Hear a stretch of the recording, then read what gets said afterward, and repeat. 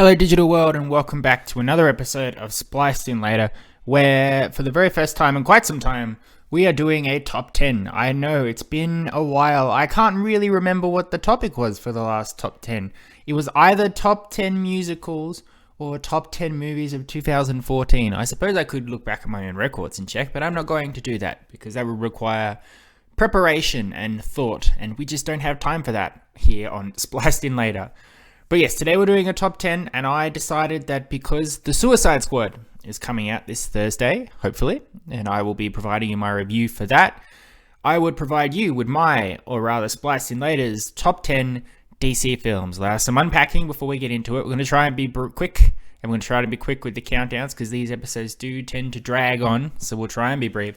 But it needs to be said right from the start that unlike my top 10 MCU films, which was limited strictly to movies in the Marvel Cinematic Universe, with the DC ones, I can't do that. Because there are barely 10 films in the DCEU as there is, and I only like about half of them. And I'm not going to do a worst to best or anything like that. That one's just kind of boring and negative, which is not what I do on the show.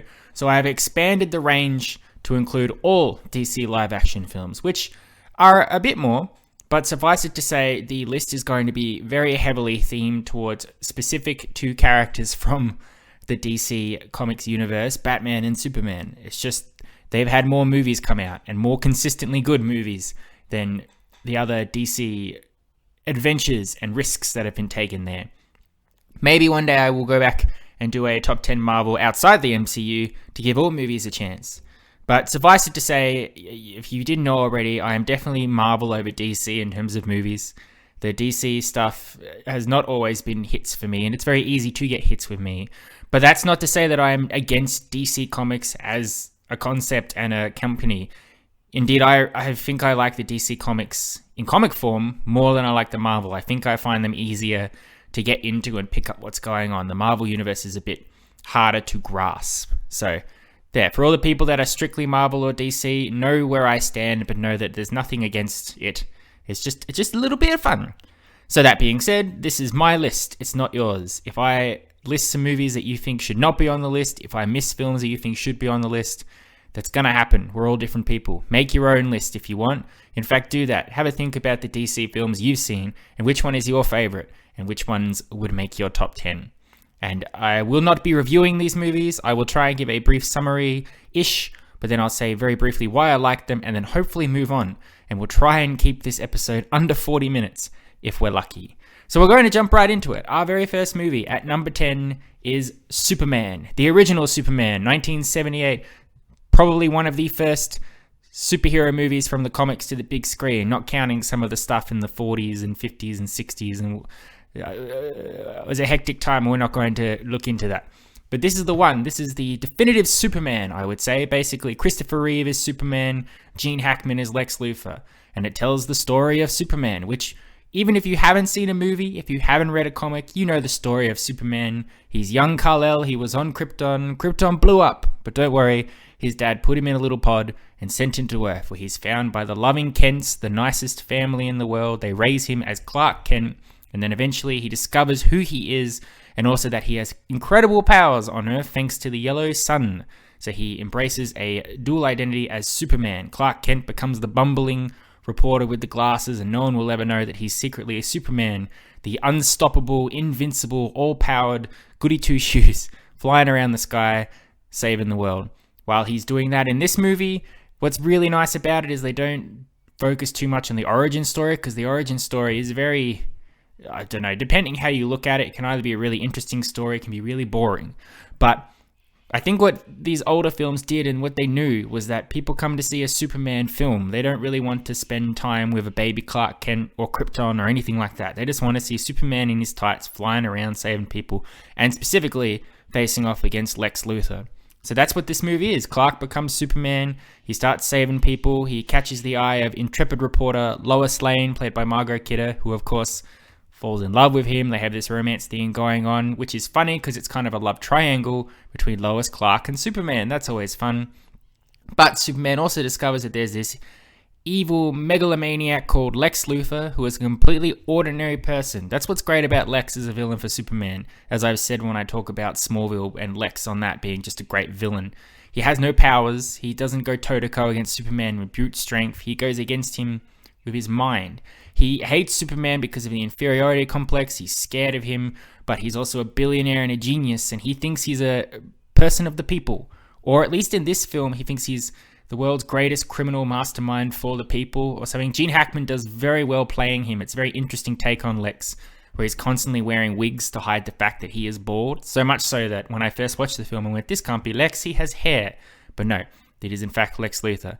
His plan, I believe, is to cause some ruckus, and Superman's got to stop him. It's a testament to go back and watch this film because it was made in 1978 and it holds up in the same way that Star Wars holds up looking back on it. But it hasn't been touched up as much as Star Wars has. Superman, watching it now, relies on the visuals and the music and the score and all of that, and it all works together to just tell a wonderful, simple, yet uplifting story. Every time the movie starts off and the credits are flying through space, and you've got the John Williams theme playing along in the background, you've got Marlon Brando as Jor-El, his dad, sending him off, giving him his monologue. Marlon Brando notoriously wanted so much money for this film. In fact, it's one of those few films where Superman himself is third billed. You get Gene Hackman and Marlon Brando are on top of that. I think it was rectified in later films, but it has also happened in later films as well, with Jack Nicholson and Arnold Schwarzenegger, so there you go. There's not much more about Superman to say, other than that it's a lot of fun, and it is a classic, to be sure, a classic superhero film, and to show where everything started. When you watch something as intense as Avengers Endgame, or even Zack Snyder's Justice League, and you see the CGI and all the superheroes coming together, the early roots on this simple little Superman story, and Christopher Reeve playing this pure hero who people could aspire to and look up to, against a vibrant villain like Lex Luthor, who immediately you remember because of his villainy and his impactfulness. And it absolutely has to be on the list. Unfortunately, there have been more films that have been more memorable to me, but I got to put it on here at number 10. Here we are at number 9. You may notice a drop in my enthusiasm. I just recorded about 30 minutes worth of this stuff, and then my computer decided to die on me, and it saved 7 minutes worth. So I have to go back and talk about all this again. So yeah, there's that. Enjoy. Coming in at number 9 is Batman Forever. I understand that people hate Batman and Robin, and I could agree. I liked it as a kid, but going back and rewatching it, I can understand that it's kind of a dumpster fire in terms of being made only to sell toys, and the George Clooney not caring as Batman, the over-the-topness of Arnold Schwarzenegger, the puns. There's something about the whole movie that just doesn't work. But unfairly, the movie that came before it, Batman Forever, directed by Joel Schumacher, is often lumped into the same category as two terrible films, and I disagree wholeheartedly. I may be the only one that thinks this, but there's something about Batman Forever that I really love. I think it's nostalgia, and also Jim Carrey specifically. Because yes, the film has the same stuff. Gotham is still this vibrant, colorful place, a place where anyone can buy toys, essentially. But Jim Carrey is the Riddler in here, and he plays him in such a Jim Carrey way. I mean, it's basically the Joker. It's Jim Carrey's Joker, essentially. But he's so fun to watch. As I said, I've loved Jim Carrey in the past. I naturally will love him in this, and I think he elevates the movie completely. He's also surrounded by some great performances. Val Kilmer is a pretty good Bruce Wayne and a Batman. He somehow finds a middle ground between being too serious and being a little silly. Tommy Lee Jones is absolutely hamming it up as Two-Face. I think he was told when he got the part in this movie, this is a comic book movie, just go absolutely insane, and he did it.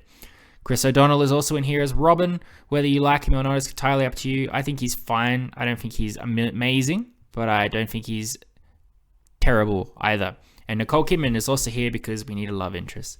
The movie's pretty simple. Batman is being Batman. He often fights with Two-Face. Jim Carrey plays Edward Nygma, who is neglected by Bruce Wayne. He's got his super smart machine that makes you super smart or whatever, and he loves his riddles.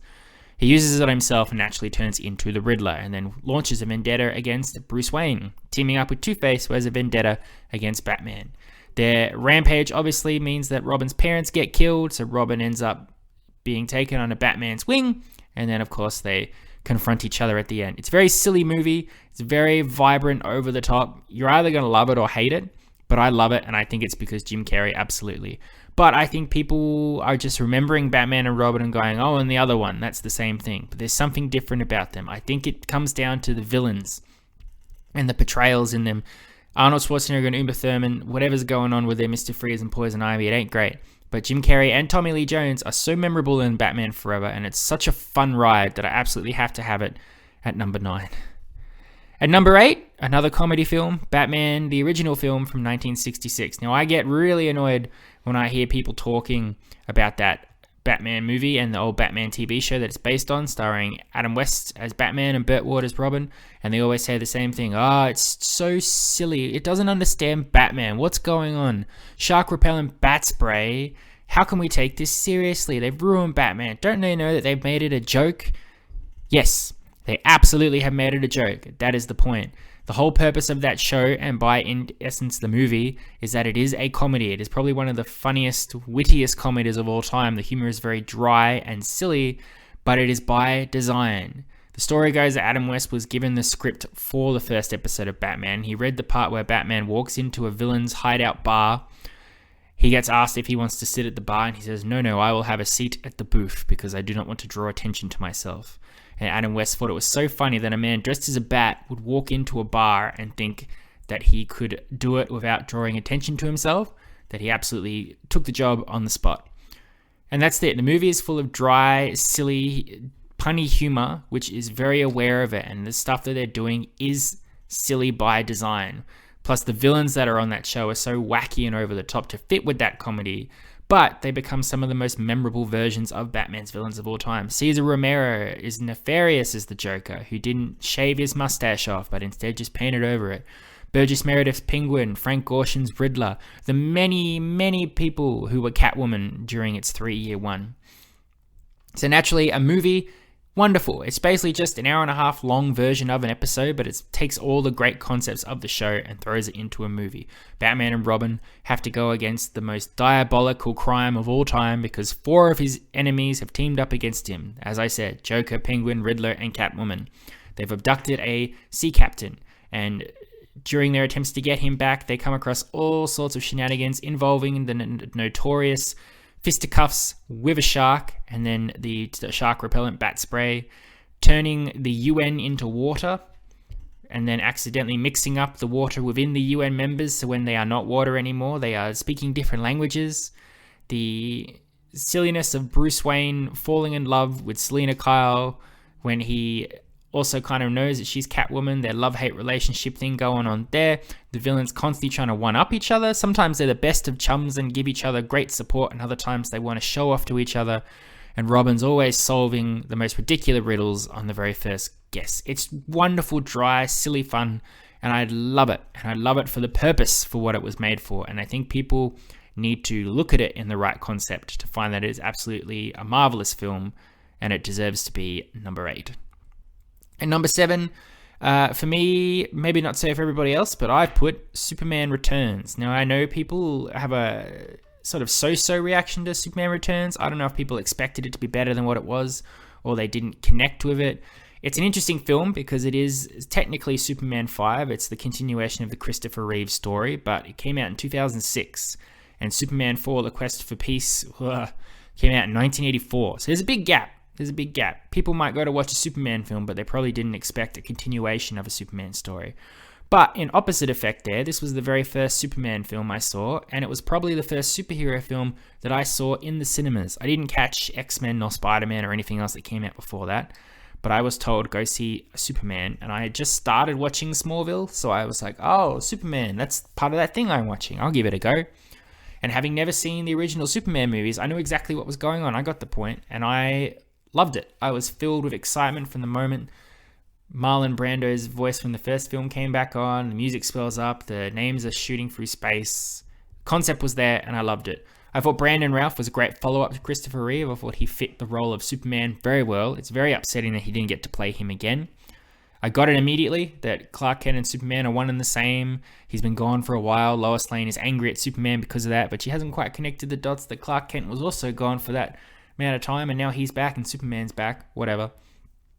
And also Lex Luthor. Now, The only downside for this film is that Lex Luthor is played by Kevin Spacey, and as we all know, Kevin Spacey is trash. But I have to say this very briefly, he is very good in this as Lex Luthor. He made him scary, mesmerizing, funny, whatever he needed to be, it was good. And that's all I'm going to say about it. But it's a very intense, over the top in terms of scope film, in terms of what Lex is doing and what Superman has to stop it. But otherwise, it's business as usual. A smile on his face, a curl in his hair, ready to save anybody from whether it's falling planes or out of control cars. It's just a delightful film. Perhaps it's because it runs a little long, maybe, that people don't get it. Perhaps they feel like it should end well before it actually does end. Maybe they don't like Brandon Routh. I don't know. But for me, it's part of nostalgia, I think, that puts it on this list. But if it wasn't for going to see Superman Returns in the theater, you never know. I may not have got fully into the superhero films as such as I am now. And that's why it's here at number 7. At number 6, a Batman film. Can you see a pattern here? We seem to be surfing around the same type of superheroes here, but we're going to press on. Number 6 is the 1989 version of Batman, starring Michael Keaton and directed by Tim Burton. Now, for those that didn't want the silly, campy comedy Batman 1966, here's the Batman for you. It's a good work with Tim Burton, I think. Tim Burton, he's not my favorite director, but he works when he does things that is specifically for the type of story that he's telling, which is that weird, dark, gothic type humor. So something like Edward Scissorhands or Ed Wood is something I can really get behind. But other films like Charlie and the Chocolate Factory and Alice in Wonderland, whatever he's doing there, no thank you. But it works for Batman. And it's a nice restraint. Tim Burton doesn't go full Tim Burton. I don't like when he goes full Tim Burton, and it's yucky. And I think he does go too far in Batman Returns, which hampers my enjoyment of it. But for this one, it's nice and restrained. He does well with the gothicness of Gotham. He has a nice balance between going too dark so that kids can watch it, but not too silly and kiddie so that adults won't be blowing their brains out watching it. Michael Keaton is great as Batman. I believe I talked about it a bit when I was talking about Birdman, which is a film that came out recently, which really shows how typecast Michael Keaton was once he became Batman. He does well considering he can't even turn his head in the Batman suit. But of course, the star really is Jack Nicholson's Joker, who for a long time was the definitive Joker. I know I said that about Cesar Romero. You may sense a pattern going on later as well. But his version of the Clown Prince of Crime was quite good because he was maniacal and insane, but he also seemed like the person who would run his own criminal empire and send out his goons to take out rival hitmen. He wasn't an anarchist who wanted to watch the world burn for no reason. He wanted power and crime and control and all of that, and he got it. And there's more of a personal connection between this Joker and Batman's origins than in other Batman stories. It's a good jumping on point. If you've never seen a Batman film, this is where I would direct you, I think, to really get a sense of what Batman is without thinking that he's too campy or too serious. And it's a great film here at number 6.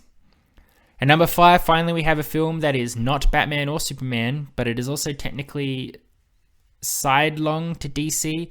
It is Constantine. Now, John Constantine was recently acquired full-heartedly by DC, but when this film came out, I believe it was a DC/Vertigo Comics collaboration. That's how hard it was to make this DC top 10 list, is that I've had to really look to see what other imprints have the DC logo on it, because I don't just want to make a top 10 and just put movies on here that I don't like just to make a top 10. So I had to look around. But this is a good one. I like John Constantine. If you don't know who John Constantine is, he is a British piece of shit asshole who wears his trench coat, his loose tie, his cigarette hanging from his mouth, who walks the world alone. Sometimes he's called Hellblazer, and his job is to be the master of the occult, to banish demons, to ward off heaven and hell from their eternal struggle and keep Earth safe. He doesn't want to. He'd rather just stay by himself because his soul is damned and he sees no hope for the world, but he always gets pulled into these things. You may be familiar with John Constantine if you watch Legends of Tomorrow. He is a main character on there, and he's being played wonderfully on there by Matt Ryan. Very British. So naturally for this film, they hired American Keanu Reeves. But for all fairness to Keanu Reeves, once you get past that, if you can let go of your definitive, this is what my John Constantine is, hashtag not John Constantine, Keanu Reeves does a fine enough role in this very dark and sinister movie. Basically, the movie is Constantine. He's dying from lung cancer because he's been smoking about 1,000 smokes a day. His soul is damned, and he's worried that he is going to go to hell, and Lucifer is waiting for him. But meanwhile, there is basically a murder mystery going on involving Rachel Weisz, and that someone is being killed. There's some demons who have some secret plan coming on about maybe bringing back the Antichrist, but maybe just causing some mischief on Earth, however you want to interpret it. So Constantine and Rachel Weisz team up to ward off the evil demons and whoever is leading them before hell literally breaks loose. Keanu Reeves is great as Constantine because he's playing Constantine if he were Keanu Reeves. Keanu Reeves is a very likable person. He may not be the greatest actor in the world, but there's this suaveness to him, this somewhere between too silly and too bad at acting that just makes him really fun to watch in all the roles that he does, really. And he's great in here as Constantine. I was very fine to get past the whole, okay, he's not British, whatever. There's a wide variety of characters here played by actors of all caliber: Tilda Swinton, Peter Stormare, Jimon Hunsu. It is a lot of fun. It is billed as a horror, but it's not as scary as it would probably want you to think it is. It's more a mystery thriller, and I have a lot of fun with it, and it's good, nice and solid here at number 5. At number 4, here we get to probably some no surprises what the top 3 of these top 4 are. Number 4 is Batman Begins, directed by Christopher Nolan, starring Christian Bale, the first Batman movie in the Batman Nolan trilogy. This is the one when I decided I loved Batman, watching Batman Begins. I put it on as a whim. I had seen the trailers in the cinemas. I probably saw a trailer of it going to see Superman Returns. I can't remember. But I went, oh, that looks a bit too scary for me. I'm not watching that.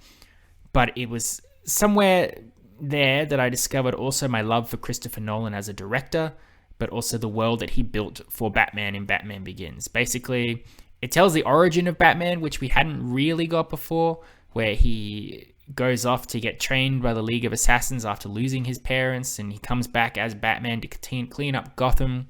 League of Assassins aren't too happy about this, so they come back to get him at some other point. Meanwhile, he's got to deal with, obviously, the crime-riddled Gotham and the corruption by the crime bosses and the police and the GCPD, where he teams up with a young James Gordon. And there's also the Scarecrow, who had not been on a Batman film before, and his horrifying fear gas. Of the 3 Nolan films, it is the weakest, but it is a solid start. Christian Bale is great as Bruce Wayne Batman. I don't like when he puts on his silly voice, but he plays Batman, Bruce Wayne, in a very vulnerable yet serious state, which I love. I love Michael Caine as Alfred. He's my favorite Alfred version by far because it's bloody Michael Caine. Morgan Freeman's in here as Lucius Fox, the guy who designs Batman's tech. Liam Neeson is the man who trained Batman. Cillian Murphy's Scarecrow. It is a solid start and revitalization of Batman after the floundering of Batman and Robin. And I think this was the film where people went, oh, we can make a serious superhero film. It doesn't have to be stupid and silly, at least on the DC side anyway. It's a great film. It's a great start to a trilogy. Love it. Number 4. At number 3 is The Dark Knight Rises, the third in the Nolan trilogy. It is a solid finish to the story. It's one of the films I can remember being something that I anxiously waited for, that I counted the months for, and it came out the same year as The Avengers, so that was a great year for superhero films. But after the second film ended, I wanted to know how the story ended and what was going to happen to Christian Bale's Batman and Gotham itself. And knowing that Christopher Nolan, it was his final film for that Batman story, so he was going to wrap it up, I was very interested to see where it went. And I was intrigued that they were bringing in Bane. I hadn't mentioned it before, but Bane is also in Batman and Robin, but that's not really Bane, so let's move on. Tom Hardy plays Bane in The Dark Knight Rises, and what started off as maybe sounds a little silly, and he's got 2 big shoes to fill with the villain from the second film, but he played the Bane, which I assume is correct with the comics, which was a very sinister, powerful figure, an educated brute of sorts, and his monologues about the darkness and taking over Gotham and all that is absolutely wonderful to watch. I loved the story of how Bruce Wayne's career as Batman ends, how long he can do it before it breaks him. They bring in Anne Hathaway as Catwoman-ish. She's not quite Catwoman, but she's Catwoman. They have a nice relationship between the two of them. Notoriously, Alfred's not in it very much, which is very sad, but there is a lot of Gary Oldman's Jim Gordon, who is always a delight in these films. And there's a sense that the other 2 films were leading to this final act. Everything that happened in the first 2 films, to an essence, plays a part in how everything sorts itself out in this film. It is a tad too long. It runs at certain points in the middle where there's pacing issues and you do feel like, okay, I understand Gotham's in trouble, get to the point. But interspliced between that is some great music, some great action stuff, some great instances where Batman has to overcome the most terrible shit that's been done to him. Bane's walking around preaching the shit out of things. It is wonderfully great, a solid end to the Nolan trilogy at number 3. And number 2 is no. Just kidding. Number 2 is not a Batman film, which means you probably know what number 1 is. But number 2 is, ironically, Watchmen. Now, okay, don't let me lose you. Perhaps just stick around and I'll explain why.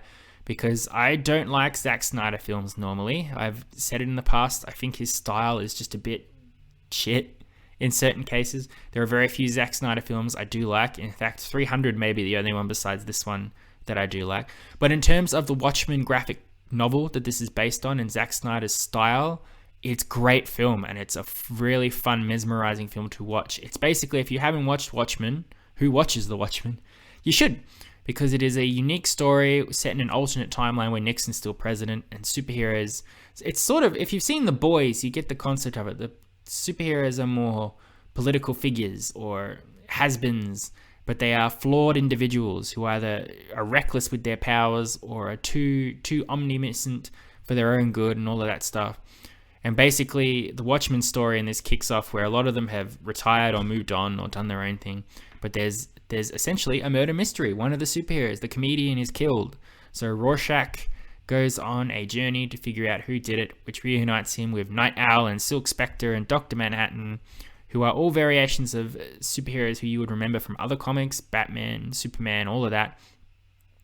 It is a dark, intense look at superheroes in the real world and how that would work and how it would affect you as a superhero. Everybody can't be as purely good as Superman or as super rich as Batman.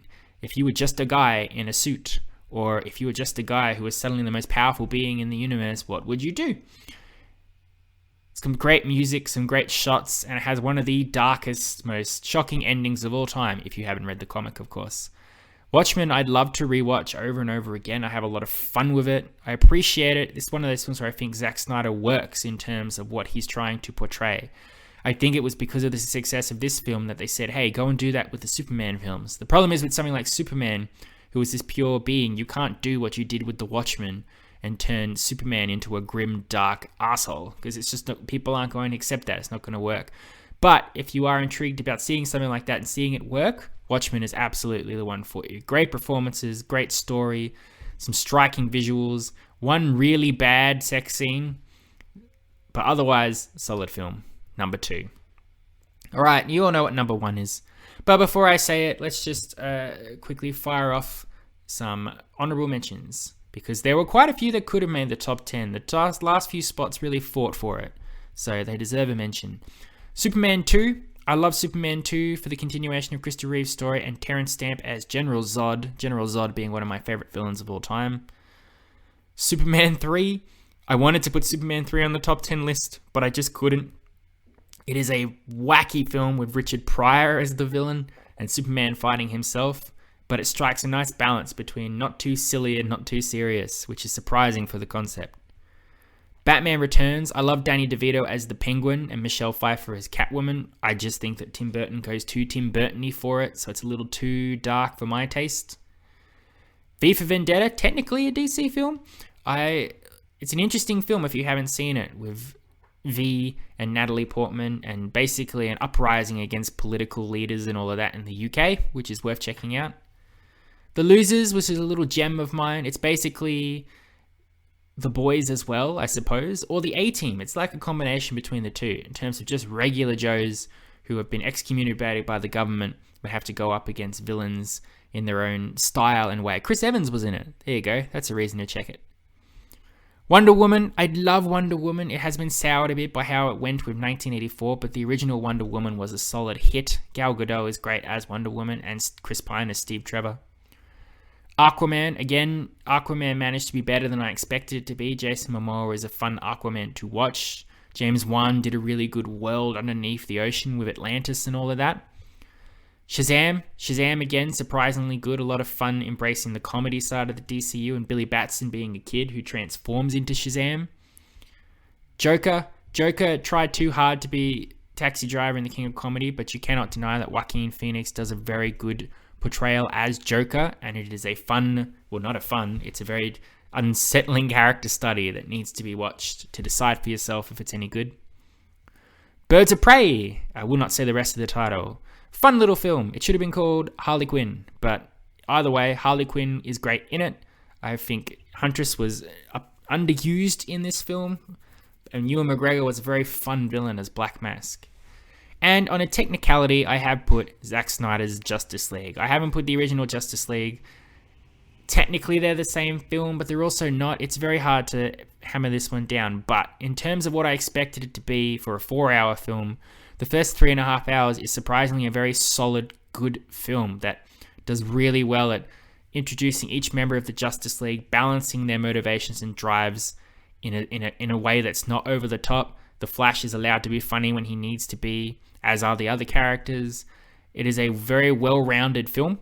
That it is a shame that that's not the one we got, but it is hampered down by Zack Snyder unfortunately throwing half an hour of it on the end where he just puts this stuff on which has nothing to do with the film, and it's basically just him stroking his own ego, which really deflates an otherwise really enjoyable film. Alright, at number 1, you know what it is, so let's not beat around the bush any longer. It's The Dark Knight. The Dark Knight is the best Batman film. It is the best DC film. It could be the best superhero film, maybe, and it is definitely one of the best films of all time. It is a film, a thriller, a crime, anarchist story held head and shoulders above everything by Heath Ledger's portrayal of the Joker. It was hard not to talk about it, having already talked about the first and third installments in this trilogy, but in this one, Batman basically engages in a struggle against the Joker, who is just this anarchist villain who doesn't care about power or becoming king of Gotham or anything like that. He just wants to watch the world burn. He doesn't care why or how or who. His motivations are unclear. How he got his scars is unclear. But what he's doing is basically absolutely insane, and Batman's got to do something about it. Batman has to take him down from the shadows. Harvey Dent, the district attorney, is going to take him down from the light. Unfortunately, no one can stay clean in Gotham, meaning Harvey Dent is in for a very upsetting, tragic end for him in this film.